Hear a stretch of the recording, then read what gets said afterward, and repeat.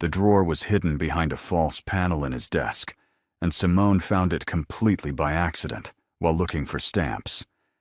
Inside were 47 photos of a woman in white, love letters tied with a string, and a whole life Simone never knew existed. That night at dinner, she looked across the table at her husband and realized something terrifying. She had never actually been his wife. She had been his ghost. If you have ever felt invisible in your own relationship, you are going to want to hear what happens next. Keep watching to see how this plays out. And if you want more stories like this, go ahead and hit that subscribe button so you don't miss what's coming next. The apartment was too quiet. Simone folded the last of her clothes into the suitcase, her hands steady even though her heart was doing something complicated in her chest. 3 years of marriage, and she could pack up her entire existence in 4 boxes and 2 suitcases. That should have told her something right there. She walked through the living room one last time. The space looked the same as when she first moved in. Dae-hyun never let her change anything. The furniture was all sharp edges and cold marble, like someone designed a home but forgot people were supposed to live in it. She used to put her books on the shelves, colorful spines that made the place feel alive. But he always moved them, said they clashed with the aesthetic. Simone pulled an envelope from her purse and placed it on the kitchen counter. Inside were divorce papers and a note she had rewritten 5 times. The final version was simple, on just 1 line. She did not owe him an essay about his failures. He was a smart man. He could figure it out. The door clicked shut behind her, and she did not look back. 8 hours earlier, Dae-hyun had left for a meeting.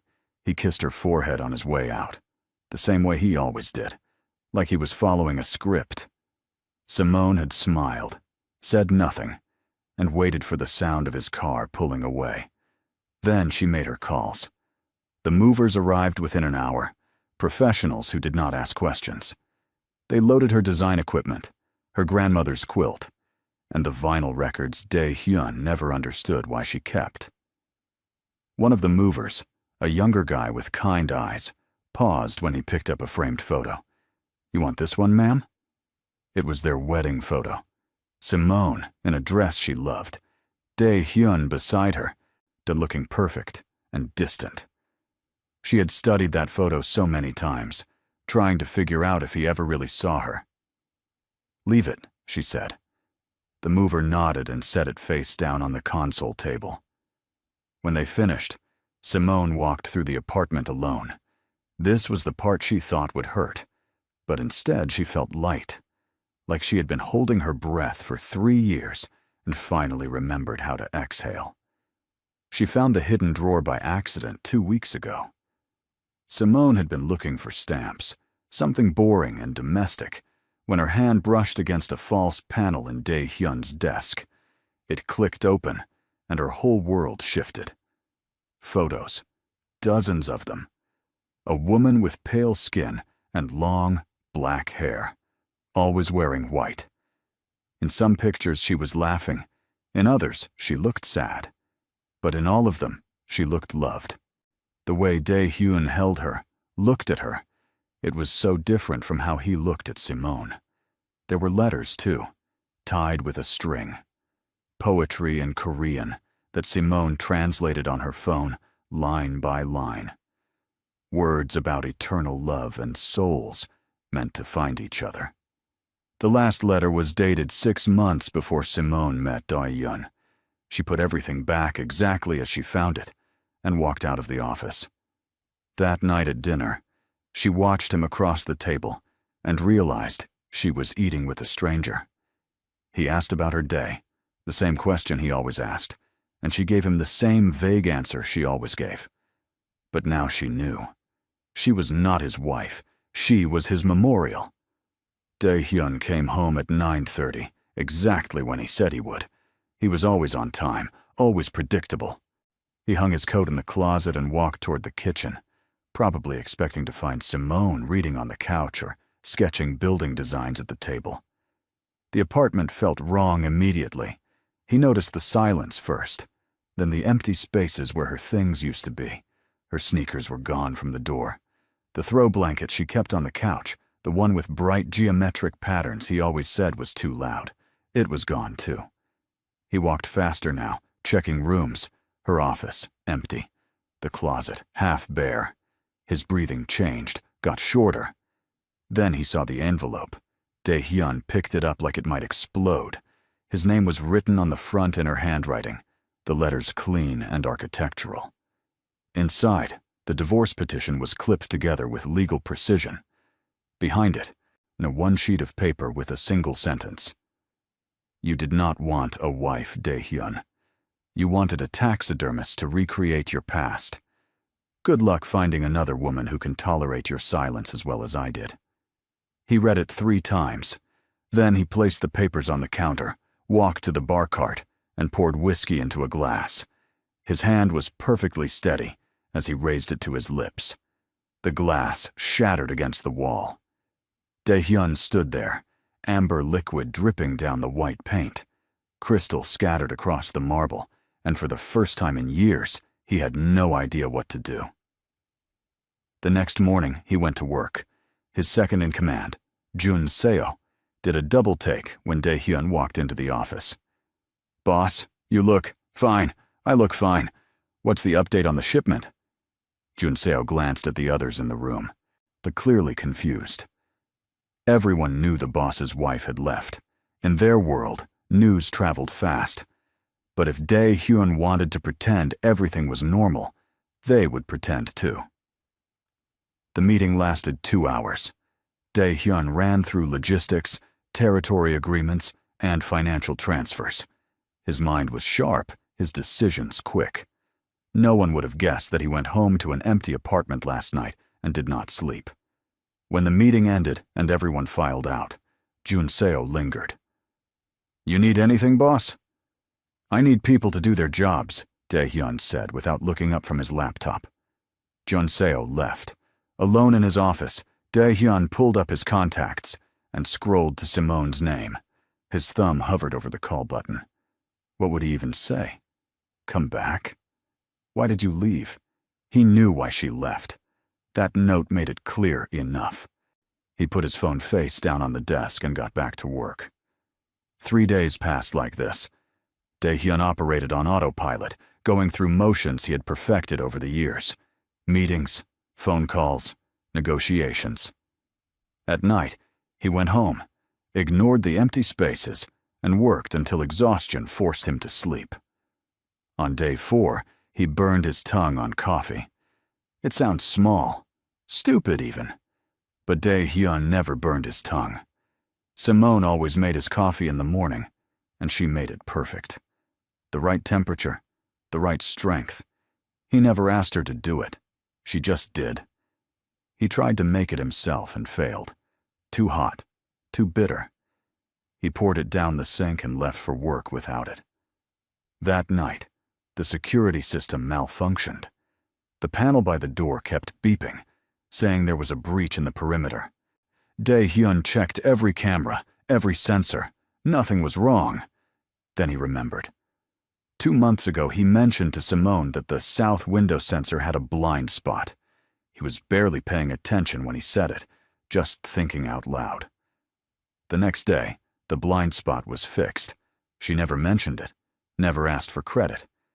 He stared at the security panel and wondered how many other things she fixed that he never noticed. Day 7 was when everything caught up to him.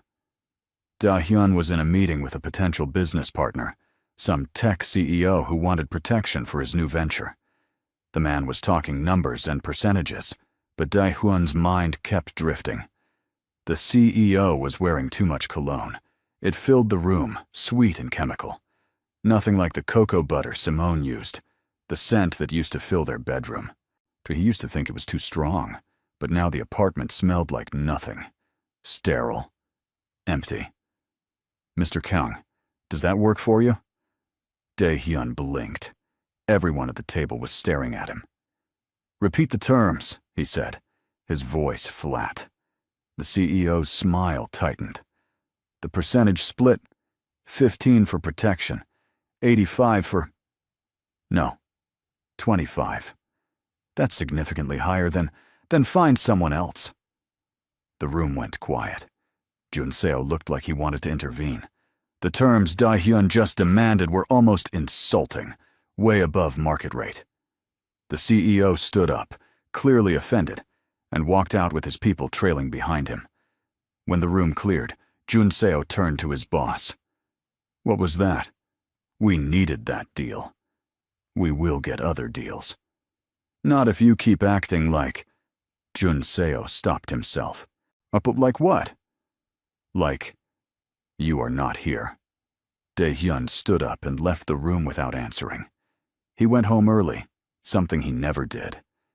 The apartment was dark. He did not turn on the lights, just sat on the couch in the shadows and stared at nothing. His phone buzzed. A text from his sister, Mi-sun. Dinner tomorrow, my place, not a request. He typed back. Busy. Liar, 7 p.m.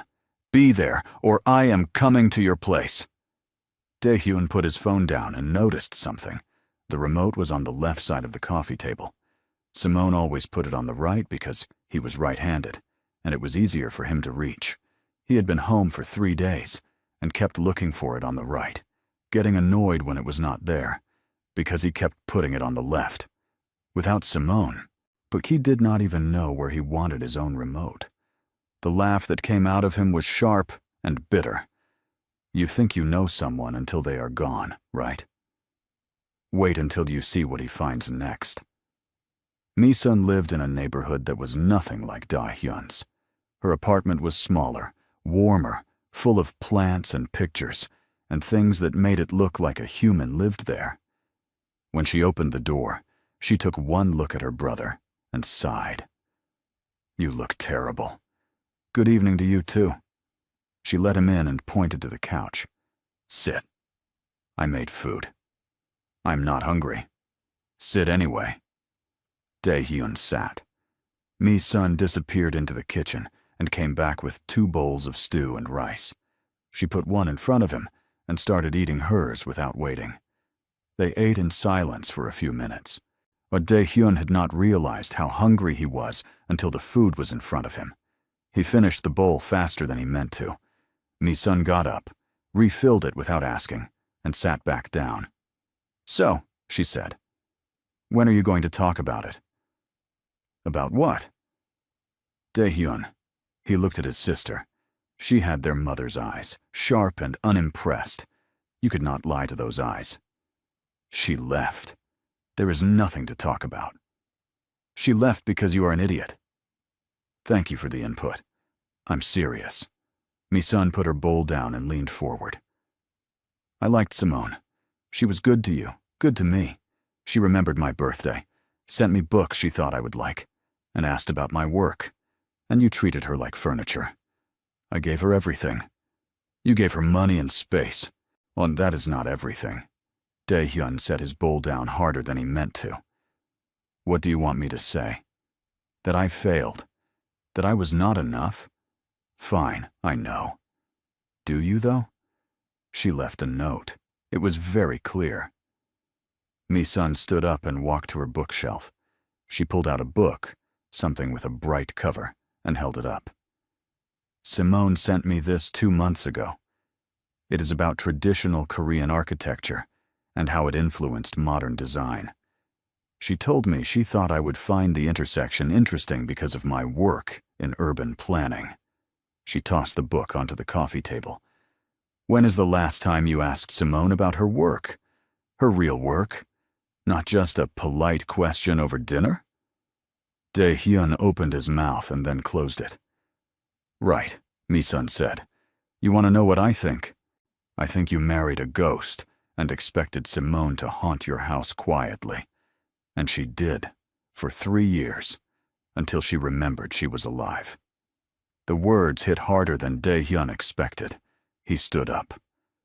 I should go. Running away. That is new for you. He stopped at the door and turned around. What do you want from me, Mi-sun? I want you to figure out what you want. Because if it is Simone, and I mean the real Simone, not whoever you thought she was, Then you need to do the work. And I don't mean flowers and apologies. I mean actual work. Dae-hyun left without answering. But on the drive home, her words kept circling. When was the last time he asked Simone about her work? He knew she was an architect, knew she had projects. But the details? He could not remember a single building she designed. He pulled over and did something he had not done in years. He searched for her. Simone Clark, Architect Seoul, brought up pages of results, articles, interviews, and award nominations. There was a whole professional life documented online, and he had no idea any of it existed. One article from 8 months ago caught his eye. American architect brings fresh vision to Seoul's urban development. The photo showed Simone at a construction site, wearing a hard hat and holding blueprints, smiling at something off camera.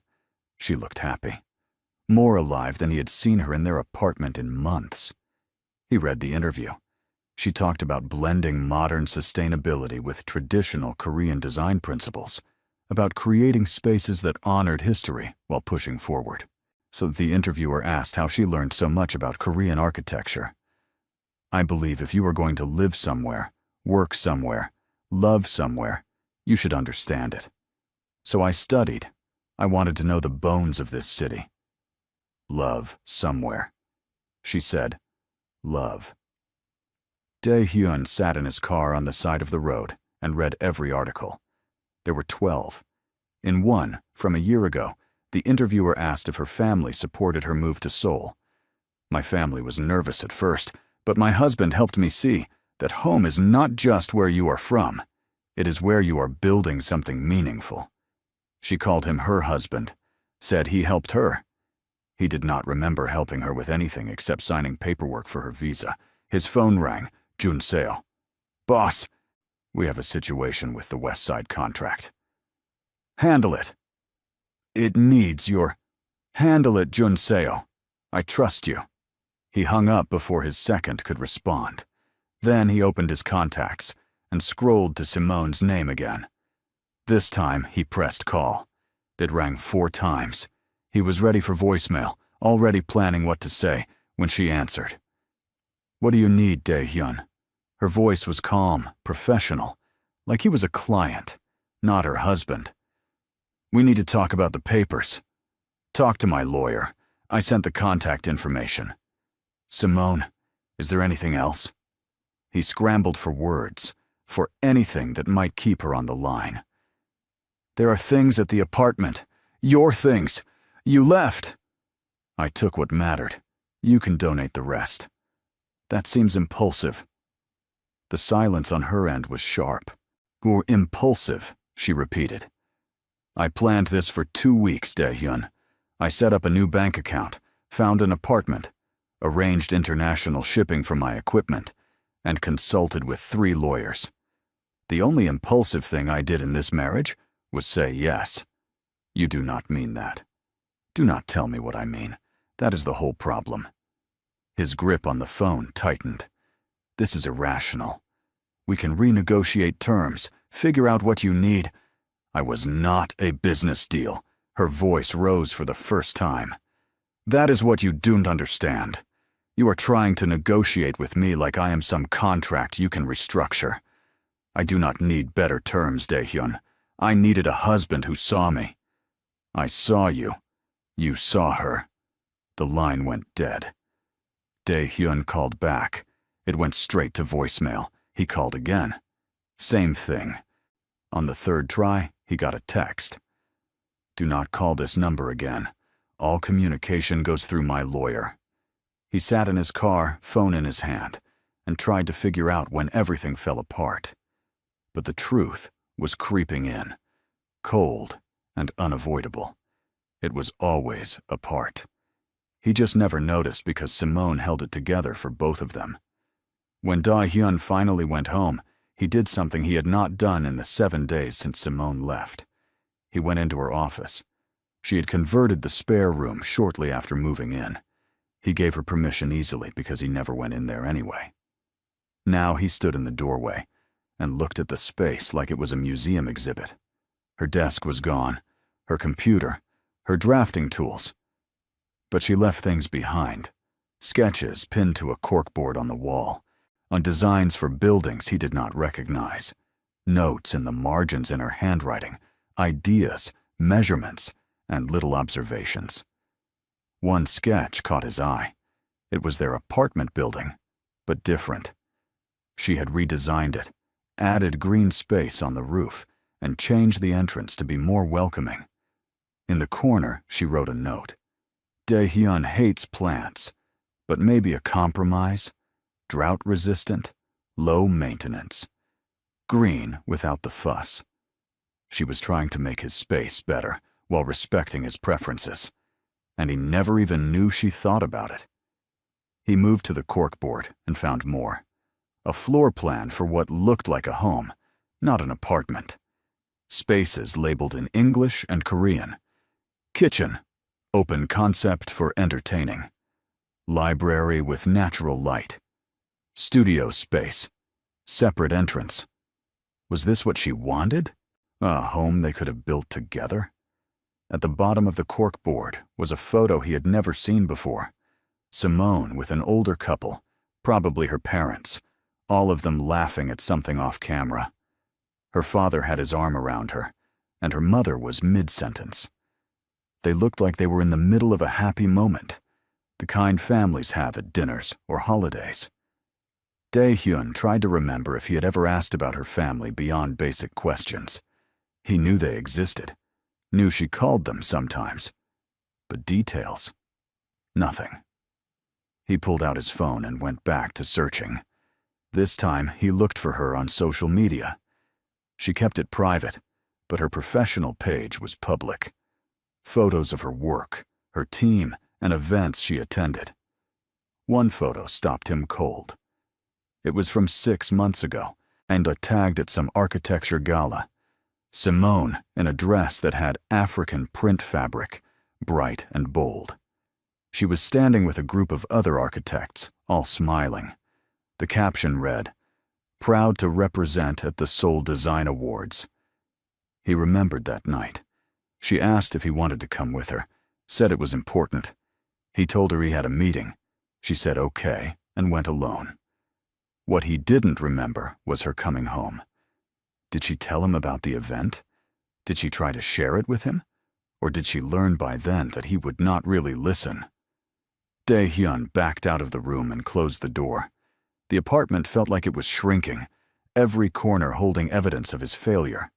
His phone buzzed. A text from Mi-sun. Did you call her? Yes. And? She hung up on me. Good for her. Dae-hyun stared at his sister's message. You are supposed to be on my side. I am on the side of people not being idiots. Right now, that is not you. He called her. She answered on the first ring.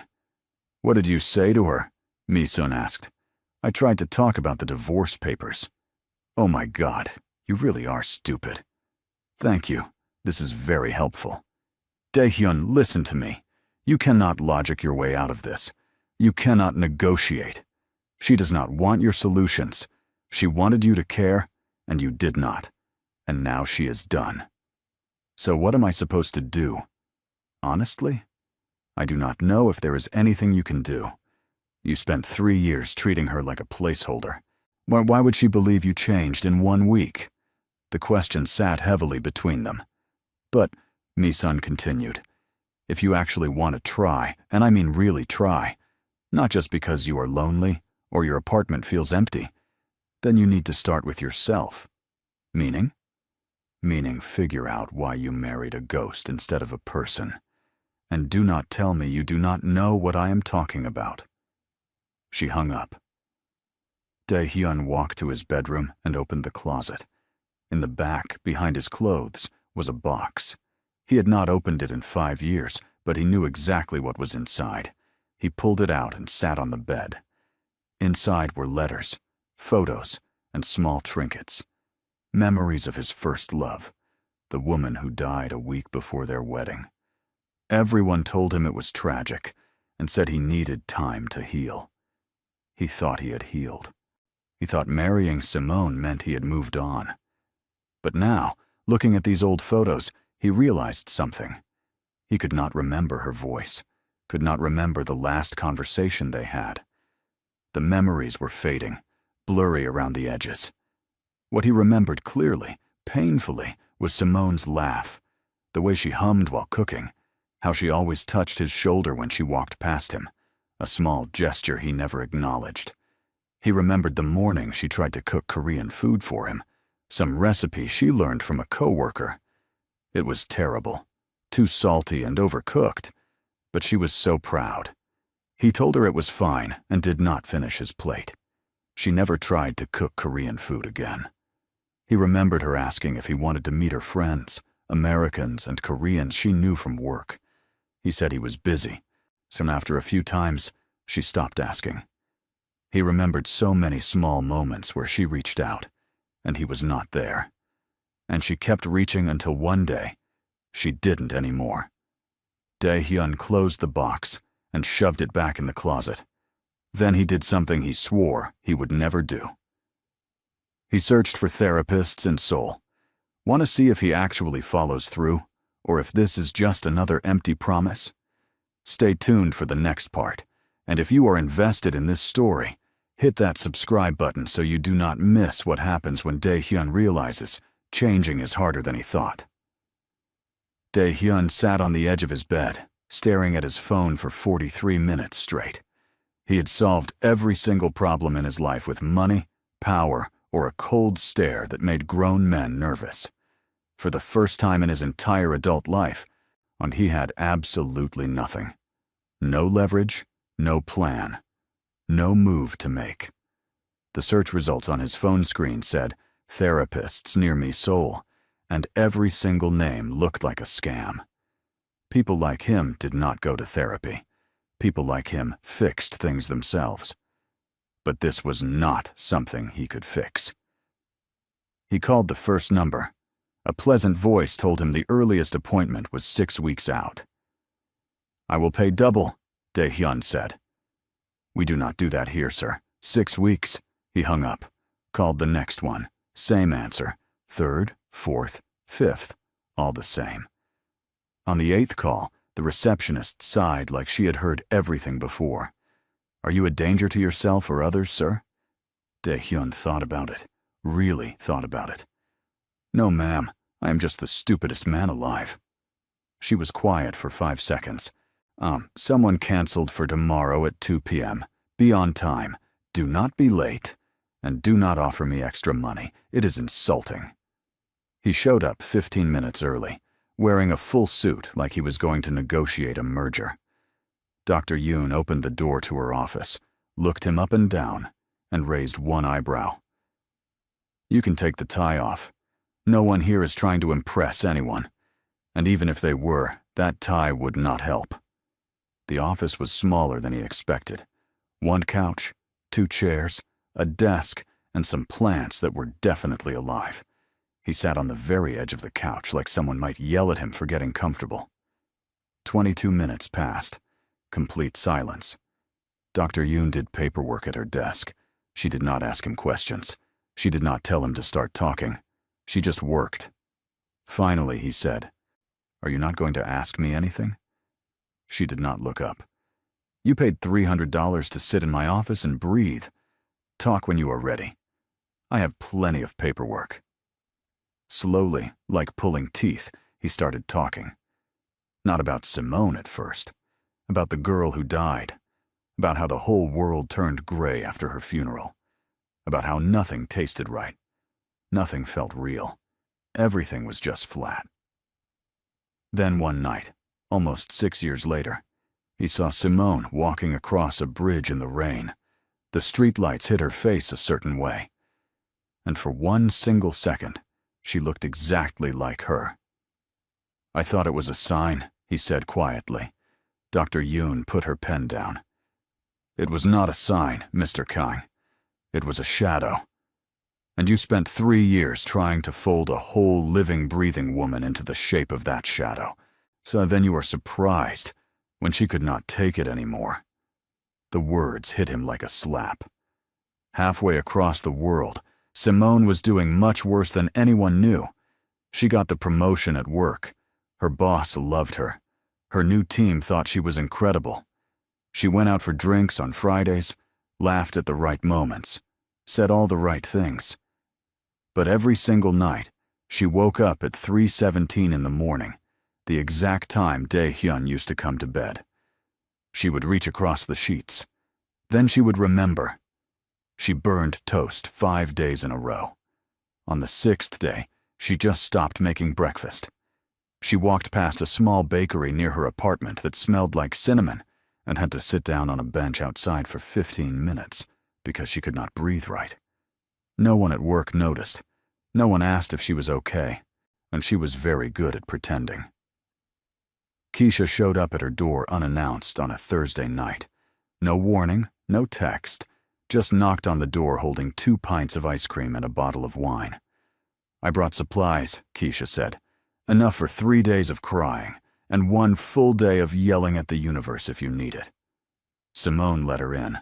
They ate ice cream on the floor and watched terrible reality television for 2 hours before either of them said anything real. Then Keisha said, "He called me." Simone put her spoon down very slowly. "He did what?" 3 times. The first time I told him exactly where he could go. Second time I hung up, the second I heard his voice. Third time, he did not even say hello.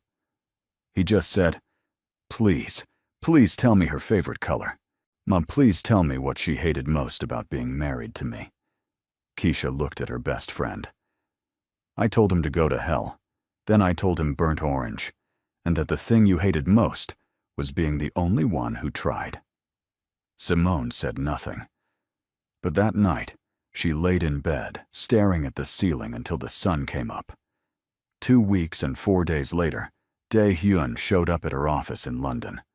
No warning, no phone call, no text message, just standing in the lobby wearing jeans and a plain black shirt, no tie, no suit, looking completely out of place. Simone came down from a meeting on the 7th floor. She saw him standing there. She did not run. She did not cry. She did not yell. She just walked over very slowly, very calmly, and stopped 3 feet away from him. "What are you doing here?" It was not a question. It was a statement. "I needed to see you," he said. "No, you wanted to see me. Those are 2 completely different things." Dae-hyun opened his mouth, closed it, tried again. "I have been going to therapy every single week for 11 weeks. I have not missed once." "Good for you." I burned all the letters. I threw away all the pictures. I threw every single bottle of that perfume in the Han River. "That is wonderful, Dae-hyun. I am very proud of you." Her voice was so flat it could have been used to level concrete. He tried again. "I know I was wrong. I know I hurt you. I know I did not see you. But I see you now. I see you so clearly now, and I just need you to stop." He stopped. Simone stepped closer, looked him right in the eye. "You did all of those things. Therapy, burning letters, throwing away perfume. That is good. So that is the best thing you have ever done for anyone. But that is work you should have done before you married me, not after I left. Do you understand that?" "Yes." "Then why are you here?" "Because I don't want to waste it. I don't want to get better and have it mean nothing." She stared at him for a very long time. People walked past them in the lobby. Someone laughed at the coffee stand. The world kept moving. Finally, she said, "I am not a reward, Dae-hyun. I am not a certificate you get at the end of your therapy homework. You do not get to fix yourself and then collect me like a prize. If you are getting better, get better for yourself, not for me." She turned around, walked to the elevator, pressed the button. The doors opened. She stepped inside. She did not look back once. The doors closed. Do-hyun stood in that lobby for 20 minutes before he could make his legs move. He flew back to Seoul that night, went straight home, did not sleep, just sat on the couch in the dark until the sun came up. But he did not cancel his therapy appointment. Dr. Yoon looked at him when he walked in. "You look terrible." "I went to see her." "How did that go?" "She told me I was treating her like a prize. She told me to get better for myself." Dr. Yoon nodded slowly. "She is absolutely right. So what are you going to do?" "Keep coming here, I guess." "Good. That is the first smart thing you have said in 3 months." 4 days later, everything got worse. Junseo called him at 11:30 at night. Dae-hyun was eating cold noodles straight from the pot, standing in his kitchen in the dark. "Boss, we have a problem. They hit the docks tonight. Took 3 of the warehouses on the east side. Everyone knows you are distracted. They think you are weak. They think now is the time to move." Dae-hyun put the pot down, stared at the wall. 5 years ago, he would have burned their entire operation to the ground for even thinking about it. 3 years ago, he would have made a phone call, and the problem would have disappeared. 1 year ago, he would have strategized for 6 hours and come up with a plan. Now he just felt tired. "Let them have it," he said. Silence on the other end of the line. Then, "What?" "Let them have the docks. Let them have the east side. Let them have all of it. I do not care anymore.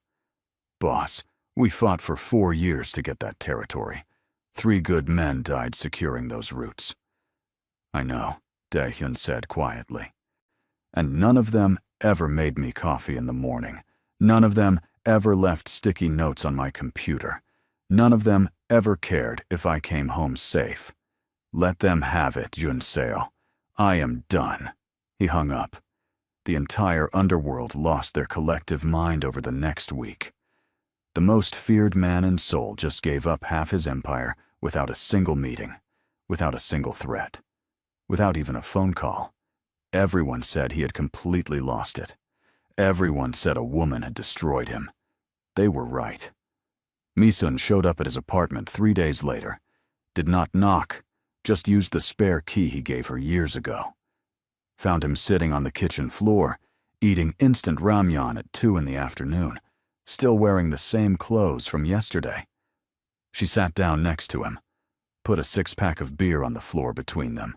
"Everyone thinks you have lost your mind." "Probably. Have you?" Dae-hyun put the ramyeon down, looked at his little sister. "I spent 10 years building an empire. I slept 4 hours a night. I fought every single day.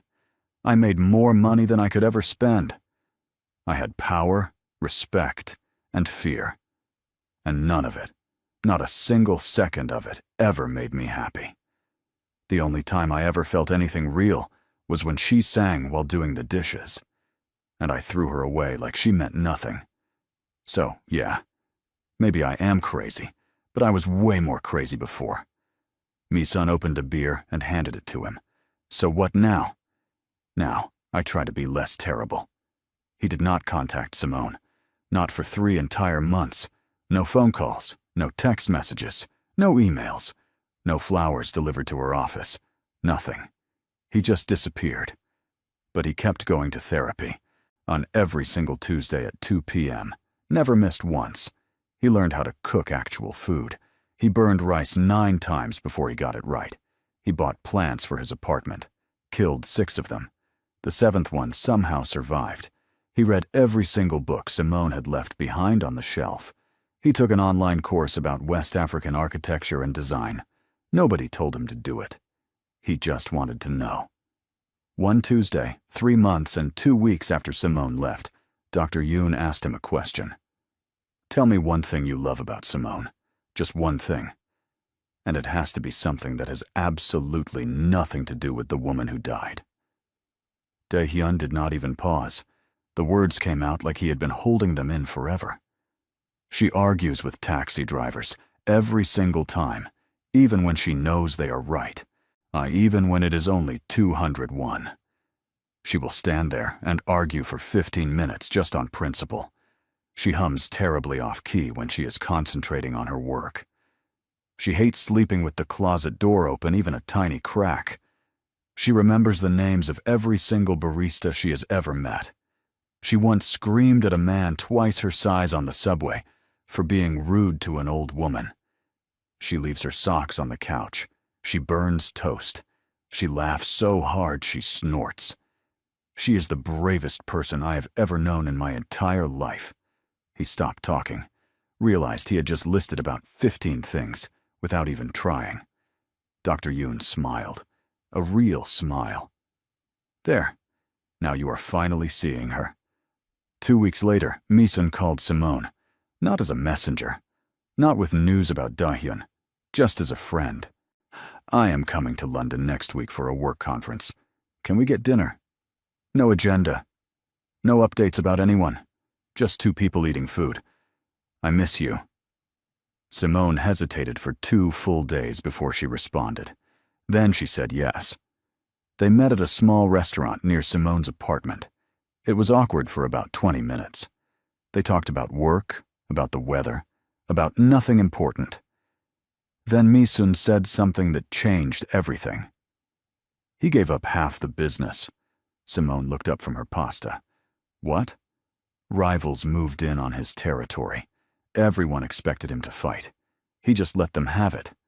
Walked away from 10 years of work like it meant nothing. Why are you telling me this? Because you deserve to know. He's different now. Quiet. But not the scary quiet. Just calm. He goes to therapy every week. He killed 7 plants trying to keep them alive. He took a course on African architecture. He asks me about my life now. Actually listens. I have known him for 34 years. I have never seen him like this. Simone put her fork down. Mi-sun, if you are here to tell me he has changed, I am not here to tell you anything. I am here because I miss my friend. But yeah, he has changed, and I thought you should know. At the end of dinner, Mi-sun pulled something out of her purse, a small business card. She slid it across the table. This is his therapist, Dr. Yoon. Call her if you want. She will not tell you anything private, but she will confirm he still goes. She will confirm he is doing the work. You do not owe him anything, but you deserve the truth. Simone picked up the card. She did not throw it away. 2 weeks and 3 days later, Simone called the number on the card. Her hands shook while she dialed. The phone rang 4 times. She almost hung up. Then someone answered. Dr. Yoon's office. Hi, this is Simone Clark. I was told I could speak with Dr. Yoon about a patient? Hold, please. Terrible hold music played for 90 seconds. Then a woman's voice came on. Older, calm, no nonsense. Ms. Clark, I was wondering when you would call. They talked for 27 minutes. Dr. Yoon did not tell her anything private. Did not share what Dae-hyun said in sessions. Did not try to convince her of anything. She just confirmed facts. He has attended 17 sessions, has not missed a single one, does his homework, asks hard questions, cries sometimes. He cries, Simone said. She had never seen him cry, not once in 3 years. Most weeks, yes, usually when he talks about the things he missed, the moments he did not show up for. Simone was quiet for a long time. Finally, she asked, Is he doing this to get me back? Dr. Yoon was quiet too. Then she said, I cannot tell you what is in his heart. But I can tell you this. Most people come to therapy because they want to stop feeling bad. He came because he wants to stop being bad. That is the rarest thing in the world. That night, Simone sat at her desk for 2 hours, staring at a blank email. She wrote 17 different versions, deleted all of them. Finally, she wrote 1 sentence. 3 conditions. If you agree, we can meet. She stared at it for 10 more minutes, then hit send before she could change her mind. The reply came 14 seconds later. So on anything. Her heart did something complicated in her chest. She wrote back, hands shaking now. 1. We meet in Reykjavik, not Seoul, not London. Neutral ground. No bodyguards. No assistants. Just us. 2. You bring a written list of every single thing you did wrong. Not vague apologies. Specific moments. Exact dates, if you remember them. 3. I can ask you anything, any question in the world, and you answer with complete honesty, even if it hurts me, even if it makes you look terrible, even if it means I never speak to you again. She hit send, watched the screen. 3 minutes passed. It felt like 3 hours. Then the reply came. I will book the flights today. I will bring the list. Thank you for this chance. This is the moment everything changes. You think you know how this goes, but I promise you do not. Keep watching. Dae-hyun got on a plane to Iceland 6 days later. Did not sleep the entire flight, just sat in his seat, holding a notebook, reading the same pages over and over. He had written 51 pages. Single-spaced, every mistake he could remember. He rewrote most of it 4 times to make sure he got it exactly right. They met at a cafe right by the harbor. It was raining, that cold gray rain that feels like the sky is sad. Simone was already sitting at a table by the window when he walked in. She was wearing jeans and a dark green hoodie. Her hair was natural, big and beautiful. He had never seen her wear her hair naturally during their entire marriage. Not once. For half a second, he forgot how to breathe. He sat down across from her. They did not hug. They did not say, "It is good to see you." They did not make small talk. Simone folded her hands on the table and looked right at him. First question. I need you to be completely honest. When you married me, did you ever, even once, even for 1 single second, see me? Just me? Not her. Dae-hyun looked right back, did not look away, did not soften it. No. Her jaw tightened. She blinked twice, nodded once, like she knew the answer but needed to hear him say it out loud. Second question. When did that change? When did you start seeing me instead of her? The day you left, he said. I hate that it took that. I hate that I am every single cliché you have ever heard. But it is the truth. I woke up the next morning and she was just gone. The ghost was gone. And all I could see was you, everywhere, in every corner of that apartment, in every memory, just you. Simone took a slow breath. Third question. Or if I tell you right now that this is it, that we have this one conversation and then I never see you again. Never call, never email. You are completely out of my life forever. What will you do? Dae-hyun reached into his bag, pulled out the notebook, slid it across the table. I will keep going to therapy every week. I will keep learning how to be better. Not for you. For me. Because I never want to hurt another person the way I hurt you. And I will hope, every single day, that you find someone who sees you from day one. Even if that person is not me. Simone picked up the notebook, opened it, started reading. Her face did not change. She did not react. Just read page after page after page. It took her 32 minutes to read the whole thing. Dae-hyun sat there the entire time, did not check his phone, did not look away, did not fidget, just waited. When she closed the notebook, she looked up at him. Her eyes were wet, but she was not crying. You remembered all of this. Yes. The night my dad was in the hospital. You wrote that you knew. Yes. You never said anything. I did not know what to say. I thought if I ignored it, it would be easier for you. But that was the worst thing I could have done.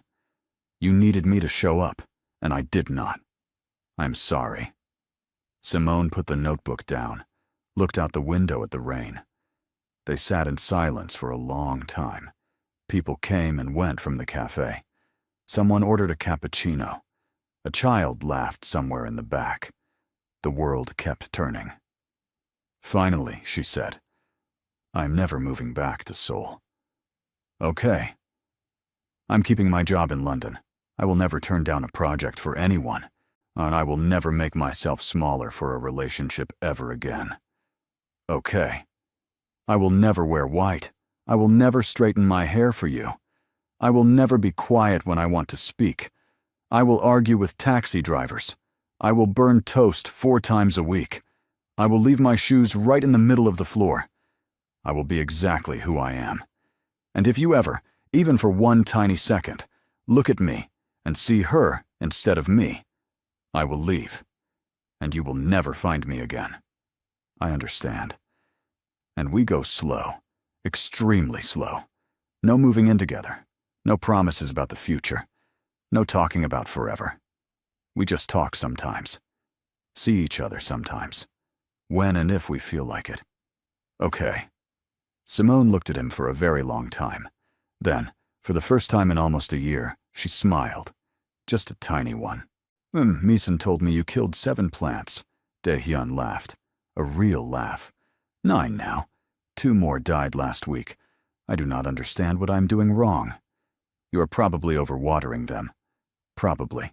She shook her head, still smiling just a little bit. You are really terrible at this.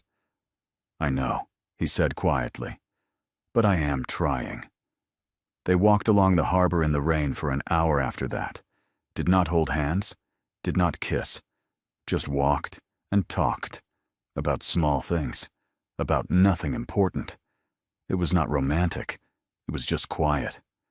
And for the first time in their entire relationship, the quiet felt okay. The next 8 months were harder than anything either of them had ever done in their entire lives. They talked on the phone twice a week, sometimes 3 times if they felt like it. No good morning texts, so no constant updates, no checking in every hour. Sometimes they talked for 4 hours about everything and nothing. Sometimes they talked for 6 minutes and said, "We are tired. Let's talk later." Sometimes they fought, real fights with raised voices and hurt feelings. Once, 3 months in, Dae-hyun had to cancel a visit because something came up with the business. Simone did not argue, did not guilt trip, just said, "Okay, let me know when you are free," and hung up. He stared at his phone for 10 minutes. Then he told Junseo to handle it, got on a plane, and showed up at her apartment at 1 in the morning. She opened the door in her pajamas, confused. "What are you doing here?" "I was wrong. Nothing that happened today was more important than being here."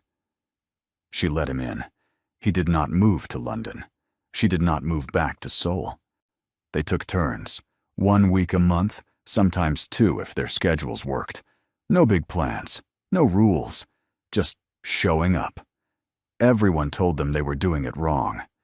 Keisha said Simone was setting herself up to get hurt again. Junseo told Dae-hyun he was throwing away everything he built for a woman who might never forgive him. Mi-sun just showed up with beer every few weeks and said, "You are both complete idiots. But at least now, you are trying." 4 months in, Simone called Keisha at 2 in the morning, crying. "I keep waiting for it," she said. "I keep watching his face, watching his eyes, waiting for that 1 second where I will see it, where I will know he just saw her instead of me. And I do not know if I can live like this." Keisha did not tell her to leave, did not tell her to stay, just said, "That is not about trust, Simone. That is trauma, and you are allowed to take all the time you need to heal from it. You are allowed to leave tomorrow. You are allowed to stay for 10 more years. Nobody gets to make that choice except you." Dae-hyun messed up constantly. He forgot her mother's birthday. He canceled dinner one night because an old business associate called. He still went completely silent for days when he was stressed instead of talking about it. But every single time, he came back. Never made excuses. Never said you are overreacting or you are too sensitive. Just said, "I messed up.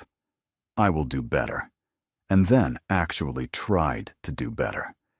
If you have ever tried to rebuild trust with someone after you broke it, you know exactly how hard this is. Comment below if you have been here. 7 months after Iceland, it happened. The thing everyone warned them about. It was Christmas week. Dae-hyun flew to London with a present. He wrapped it himself, you could tell, because the paper was crooked, and there was way too much tape. Simone opened it at her kitchen table. A white silk scarf. Everything stopped. The room went completely silent. Simone felt like someone poured ice water down her spine. 3 years of being invisible, 3 years of being a ghost, all of it came rushing back in one horrible second. She did not yell, did not throw it, did not cry. Just put it down very gently on the table and said, "Why did you buy this?" All the color drained from Dae-hyun's face, every single drop. "Oh my God, Simone, I did not even think, it was soft and I thought you would like the texture. I did not even look at the color. I am so sorry." I am so incredibly stupid. He picked up the scarf, walked straight to the door, put his coat on, went out into the freezing rain, walked 30 minutes to the store, returned it, walked another 20 minutes to a different store, came back soaking wet an hour and 15 minutes later. He handed her a different package. She opened it. A head wrap. Burnt orange with gold threading. Her favorite color in the whole world. He stood there dripping water all over her floor. Did not ask for forgiveness. Did not make a speech. Just said, "I will pay more attention. I promise I will do better." That moment. Not the apology in Iceland. Not the notebook full of mistakes. That moment. When he messed up and did not make excuses, did not ask her to understand, just fixed it. That was when something shifted. 2 months after that, they went to Seoul together. Dae-hyun did not ask her to go to the cemetery with him. She said she wanted to. They stood in front of the grave for 7 minutes. Nobody said anything at first. Then Simone said, very quietly, "I'm sorry you died. I'm sorry he hurt both of us, because he did not know how to grieve properly." Dae-hyun cried. Right there. Did not try to hide it. Did not turn away. Just cried. Simone did not hug him. Just stood next to him until he was done. 3 days later, they flew to Atlanta. Simone's dad opened the door, looked at Dae-hyun for a solid 15 seconds without saying a word. Then he said, "I looked you up. I know exactly who you were, what you did. I do not care about any of that. But if you ever make my daughter feel like she does not matter again, you will never see her again. And I do not care how much money you have or how many people work for you." Dae-hyun nodded. "Yes, sir. That is completely fair." Her dad made him help rebuild the back deck that entire weekend. Barely said 10 words to him the whole time. On Sunday night, when Dae-hyun was leaving, her dad shook his hand and said, "You are learning. Keep learning." 1 year and 9 months after Simone left. They live in London now. Dae-hyun goes back to Seoul 1 week every month, sometimes 2. He sold almost everything. The territory, the bars, the warehouses. Kept one legitimate construction company. Now he builds buildings that Simone designs. Actually builds things instead of tearing them down. They never officially called off the divorce. The papers are still in a box under their bed. Neither of them has mentioned it in 11 months. Ooh, it is a random Tuesday night in October. Dae-hyun is on the living room floor trying to build a bookshelf from IKEA. He has been working on it for 3 hours. There are screws everywhere. He already broke 2 pieces and had to order replacements. Simone is at the kitchen table working on blueprints for a new project. Her hair is in braids. She is humming, completely off-key. Some song from the 90s. There is chocolate on her chin. She has not noticed. Dae-hyun puts down the instructions, looks up at her, and he thinks about it. About the woman who died. About the ghost he carried for 6 years. And he realizes something. He cannot remember her face anymore. cannot remember her voice, cannot remember a single specific thing she ever said to him. It is all just blurry now, like a dream you can barely remember when you wake up. But he remembers everything about Simone, every single thing.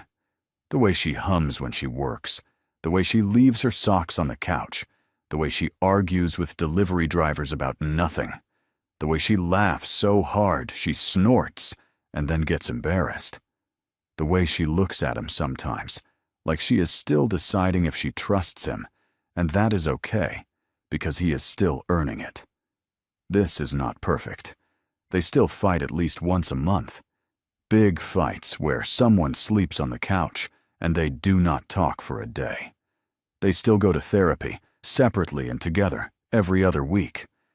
Dae-hyun has now killed 14 plants. Simone still burns toast almost every morning. But it is real. No ghosts, no pretending. Just two people who broke everything and decided to build something new from the pieces. Simone asked him once, like about 6 months ago, if you could go back and do it all again, what would you change? He thought about it for a long time, then said, everything. I would walk up to you that first night, and I would see you. Just you. I would ask what your favorite color was. I would ask about your family. I would ask what you were afraid of. I would actually see you before I asked you to marry me. She was quiet for a minute. Then she said, we cannot go back. I know, he said, so I will just see you now. Every single day.